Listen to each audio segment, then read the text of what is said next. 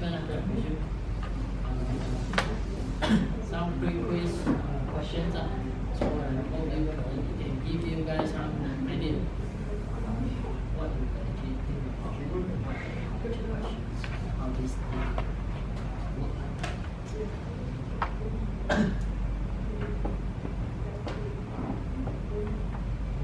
So just now we talked about installation sequence and also the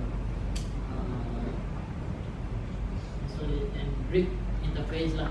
So what we have here is we're going to break now.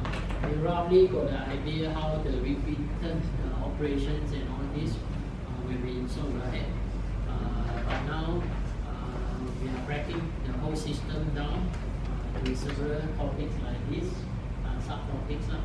So this is actually a model in step. Tomorrow we'll visit the one here in your ID faculty. I think that's really a full scale, the actual parts, which I think you might actually have a better view. Even from the 3D is smaller, and then with the actual one you can have a better view how big it is. If bigger size you might actually expect more. Then we talk about the lifting, how we want to install this piece of equipment, whether the rig or the platform have sufficient capabilities or the sufficient working load to lift those equipment as well, and the footprint, where you want to install, how you want to run through the vent deck, that kind of things. So this is the wellhead we talk about. It's really the one in the video just now. So wellhead housing or spools basically is a wellhead, right? Somehow for wellhead, when you work on any projects or any providers, then you will actually observe different names have been given. Not necessarily what we list down later slides. We define as a casing head, casing spool, or tubing head. But in your actual project, then you might actually hear like compact wellhead, uni head, 2-in-1, splitter, and all this. So those name is name now, but we just up to actually the understanding. When you look at the equipment, how we can differentiate is what type of wellhead, and the advantage and disadvantage, and the precaution when you plan a well. So this is basically a wellhead stack. So you see just now when we do from beginning, from scratch, conductor is reading spool by spool. So each spool will actually hang each casing string or tubing string. So this is a real conventional one. So you really lift up spool by spool. So with that, if we really look at one wellhead, we do a section cut. This is actually a terminology of the wellhead. What's the name? This don't have any OEM branding or model date. So this is really a description, allow us to know specifically what the wellhead is and what we should plan for. So just for really an example, ring roof and gasket. So ring roof and gasket is this one. So this is actually supposed to match to our risers or BOPs. So when we plan our rig interface, we need to make sure it's matching. You must have the same numbers, same connections and all this. BX 160 couldn't match to 159, right? So those numbers are very critical and important for us. So sometimes when we associate with walk over wells, it can be a nightmare. We might not have a proper record. 40, 50 years ago, those maybe typewriting and then people writing. And the writing sometimes might looks 158 like 159, right? So those things is sometimes we need to really physical check. So how we check it is maybe via other dimensions. So this is all the critical description that we try to know what this product, this equipment in terms of the spec, whether so we can tackle the interface. Okay, so the ball size, the seal ball that we talk about need to be protected by the wave pushing. So you actually protect this area. So your casing hanger or tubing hanger or even the back off, you actually install and sealing it. So this surface finishing is you have certain requirement. So it depends what type of seals as well. For example, elastomer seals maybe 125 finishing, 125 micron. Then if you go to metal to metal seals, it might need more smoother finishing like 63, 32. So all this finishing is for you to actually seal against your equipment. So when we do inspection, if you start seeing a scratch here on the sealing area, then we might actually, if you really happens to see a wellhead on the main deck have a scratches, you must highlight that, right? You must actually step in and interface, and even it's not your scope, we supposed to talk about that, whether is there any issue with the equipment. So those are actually critical sealing areas, like a dented also, not scratches, dented and all this. So you might actually want to talk to your wellhead technician or supervisors. Hey, this equipment really seems a bit odd, it's a bit strange why they have this mark. So we know is there any defect on this equipment.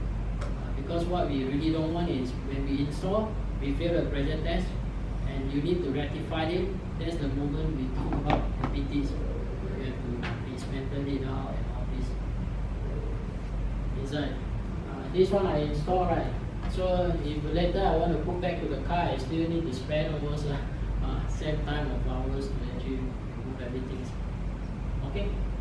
So French and working pressure, right? So what we want is match to the POP working pressure. So the ring groove and ring gasket matching, but we also want to make sure it's on the right working pressure. So the right working pressure will have different bolting patterns. Some of the, if you really go to API, French connections, there are some ring gasket can be used for different working pressure. Some is detected by API, but quite normally is by non-OEM, non-API. API 6A have many additions. So from those days, there are also days that it's not detected. And some of the provider, they just anyhow do some fringes connections. I will highlight some possible mismatch and all this from the past happened. Okay, but that's how the French and working pressure actually mean a lot. Sometimes when we have doubt, we see it's 5K or 15K, whether those typing maybe a bit out, a bit rough, it's a whole wellhead. It's always better to recheck and recheck again. So minimum ID lah. So minimum ID is most important for what? Yeah, clearance, right? You want to make sure your bead or whatever you run downhole can drift through this minimum ID. So sometimes we do have some doubt. It's really close because as really well here.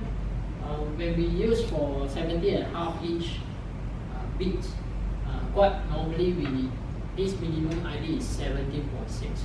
It's only 0.1 inch different. So imagine the 0.1 inch difference is so tight. So sometimes certain very high complex like subsea wells, you have some big ball liner hanger as well. Those we are even talking about 0.03, 0.01, that kind of tolerance. So we always have doubt that then we talk about whether it's proven, whether the equipment is proven or this liner hanger is a new design that we might want to consider a drift test. So it is all about our knowledge about this piece of equipment that allow us to do some things to mitigate because what you don't want is really the most ugly one is you plan a wells and you pick up this equipment, liner hanger cannot run through.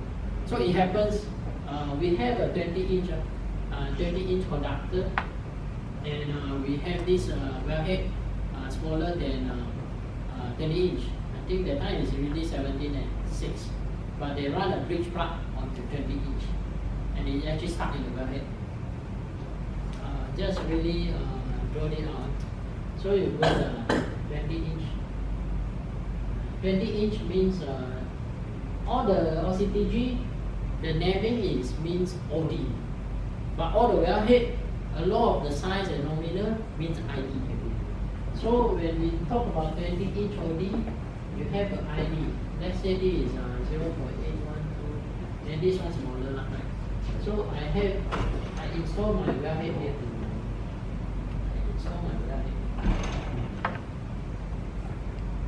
And this minimum ID is 7B56.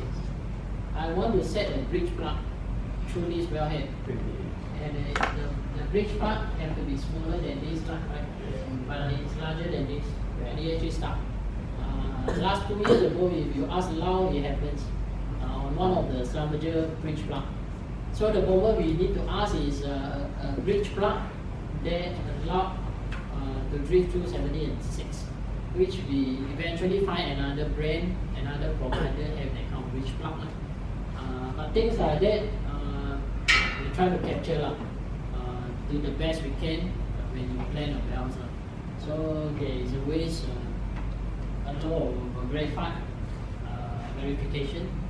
Don't feel shy. If you have doubt, always ask the provider, because sometimes people overlook. Especially when provider, they are quite, they are quite separated. Right? They provide you bridge plug, and then the other one provide you wellhead. So they are not talking to each other. Some, they are friends. Then they might actually in the meeting they say, this wellhead is how much ID. But things, if they don't ask the questions, sometimes we presume. And the presume is what the most scary part. So don't feel shy to ask any kind of questions when you have doubt. That's really can iron out a lot of, mitigate a lot of uncertainties and the mistake there. Because in drilling of wells, you're planning many things. I know all the wells engineers, when we do it, is you are the project engineers cover everything. But at that mode, you really want to make sure everything is covered. So you use your gut feeling what you should do. So we are talking about the minimum ID. Let's say even if we have a big clearance, we still need the wave bushing. Big clearance, wave bushing is basic. But you ask us whether every wells we run wave bushing, we do have some exception of what you say. When we have some mitigation. We know that's the area we want to protect, and we do have some mitigation that allow us to do without the wave bushing. So if you understand, certain operation never run a wave bushing. Subsea, certain the low pressure housing and all this, because if you understand, when they run the wellhead or subsea, right, this is the low pressure housing, then they will run a high pressure housing. So what happens is when they do this wellhead, they don't protect it. So when they run this conductor, they can do jacking, whatever. So what happens is do a head tools. So what happens is typically is let's say this is 30-inch conductor and this is 26-inch cleat. So we are running this whole thing together. Then when we reach this required head of the conductor, we actually do a head straight. So we are not seeing that kind of risk. This bit will actually run through this area that actually damaged. So those exception case happens, especially come to wellhead, there are a lot of customizations, a lot of different products, different design, different technologies. Good questions. Okay. Then we talk about minimum ID, the outlet. Outlet is where we talk about the annulus access. Especially for surface, we always have this outlet.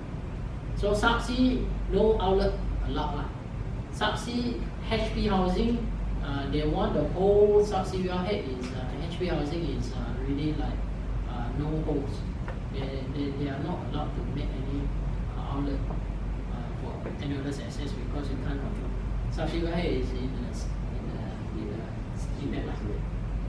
So only once you land the tree, then they have to establish some annulus A. B, C, whatever can.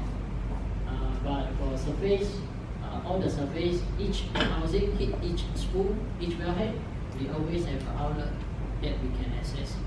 So what happens is really for surface wellhead, we normally see FPV, annulus pressure, so we can breathe off.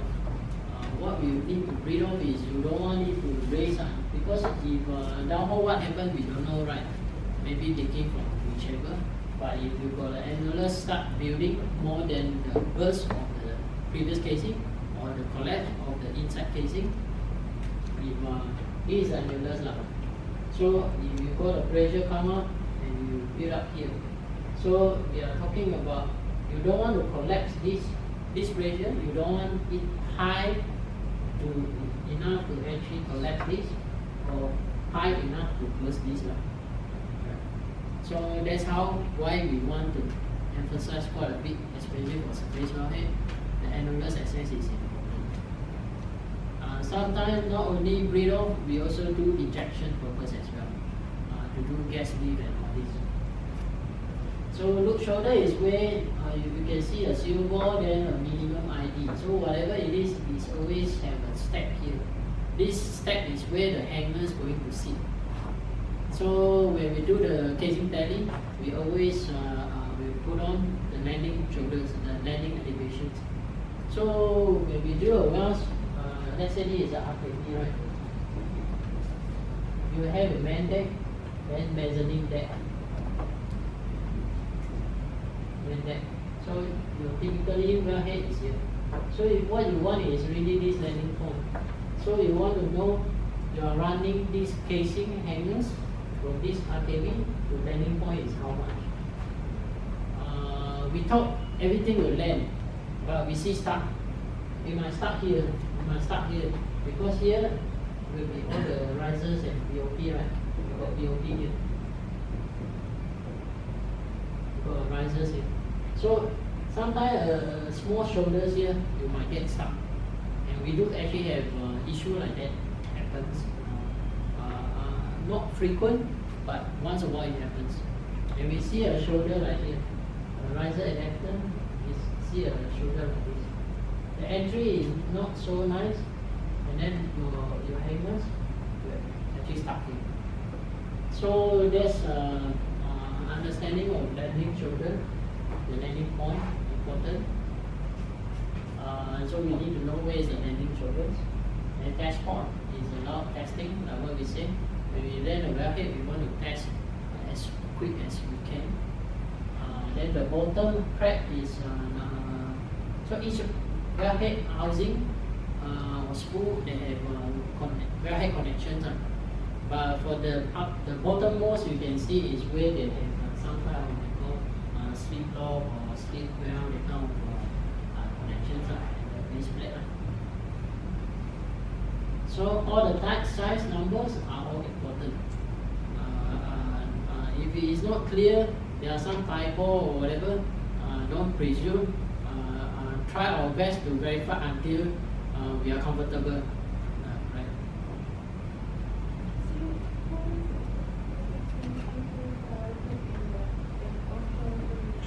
Sorry?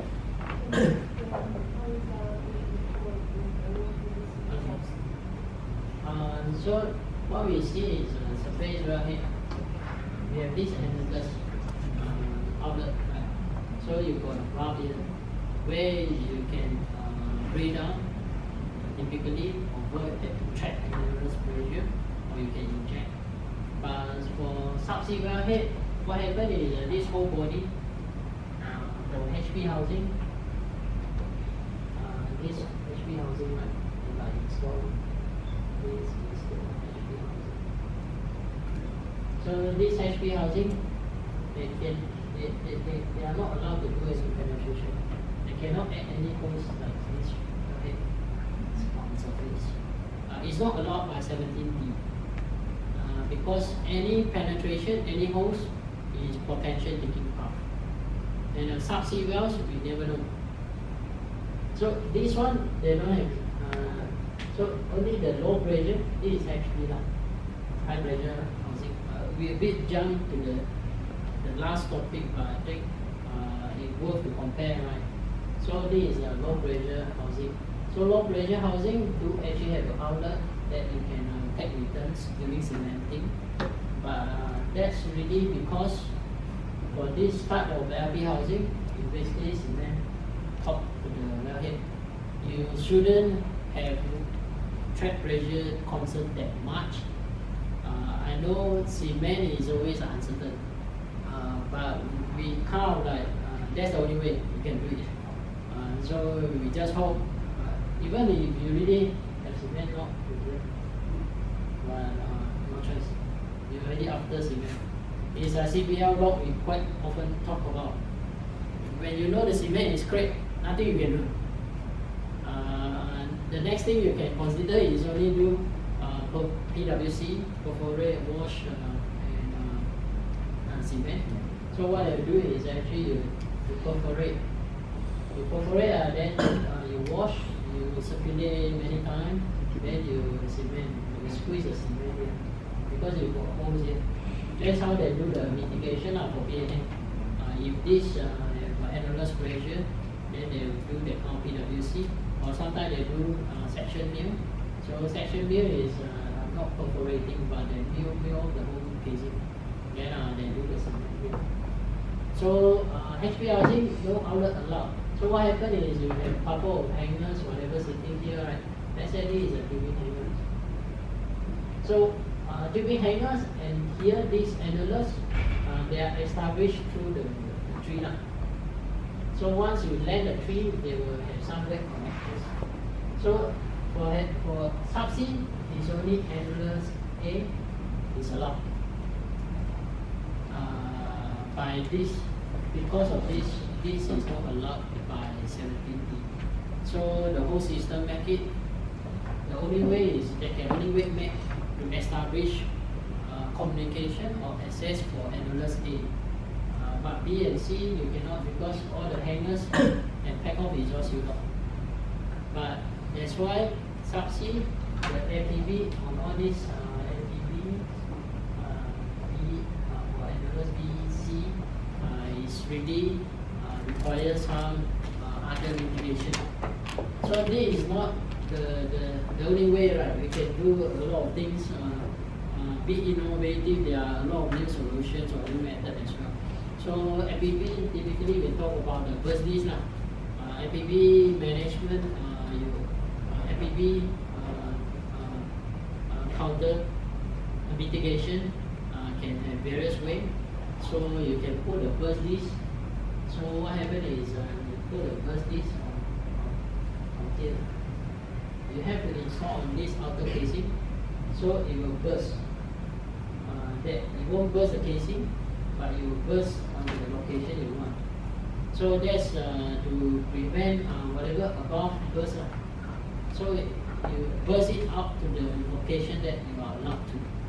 Probably let's say this is really like how many feet below the seabed and all this, and then they also have some nitrogen cushions or whatever more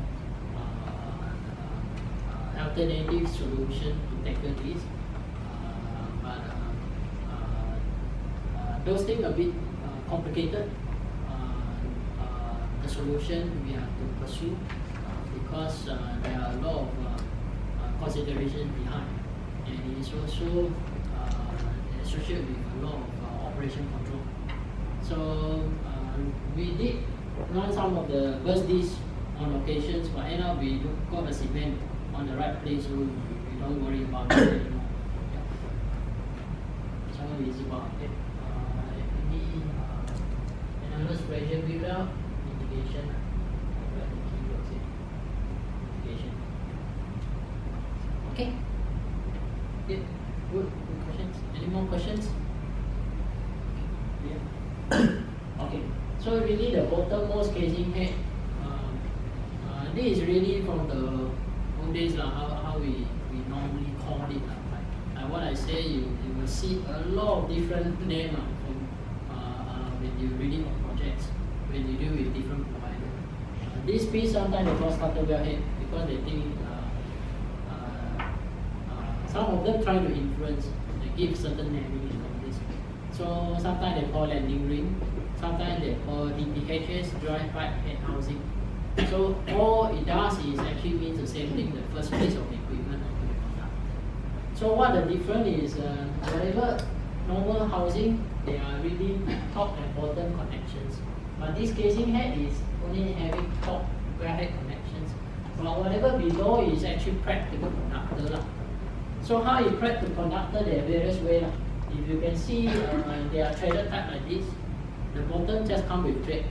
So they actually make up to the last joint of casing, last joint of conductor, basically. There are also this type, so sleep well, like the one bit from the video. So they landed, then they will actually well, they do a field well. But field well hot work become quite difficult things to tackle nowadays, especially all the safety concern come. Hot work, then if